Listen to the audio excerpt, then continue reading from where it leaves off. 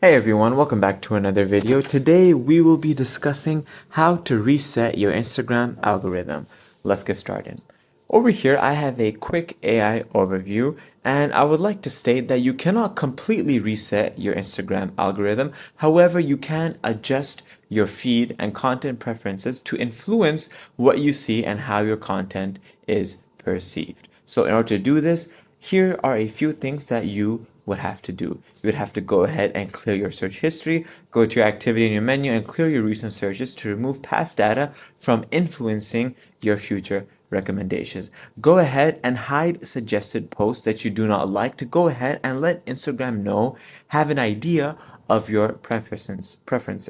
And then of course, optimize your content. Go ahead and choose to view and like, comment, and share the videos and reels that you specifically like.